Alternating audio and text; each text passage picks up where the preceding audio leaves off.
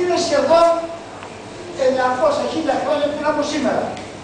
Δηλαδή 1000 χρόνια πριν από εμάς, κάποιος μίλησε για τους βλάχους.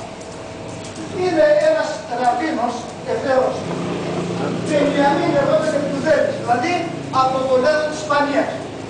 Αυτός είχε αναλάβει στα πλαίσια του Εβραϊσμού τότε να καταγράψει τι Εβραίοι υπάρχουν στην Ανατολική Μεσόγειο και εδώ στα Βαλκάνια.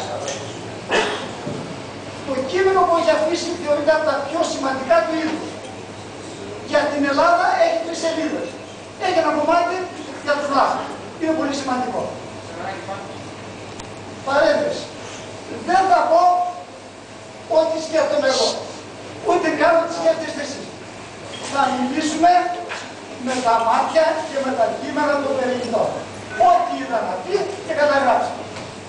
Λέω, σε απόσταση μιας ακόμη μέρας, με τα πόδια που αρχίζουμε, βρίσκεται το Σίμων το Θάμ, ή Ζημούν. Είναι δηλαδή η Λαμία. Όπου εκεί ζουν 50 Εβραίοι. Αυτό ήταν ο σκοπός του. Να δει πόσοι Εβραίοι ζουν εδώ στην Ανατολική Μεσόγειο. Εδώ βρίσκονται λέει τα σύνορα της Βλαχίας, Λαμία, που οι κάτοικοι το ονομάζουν Βλάχοι.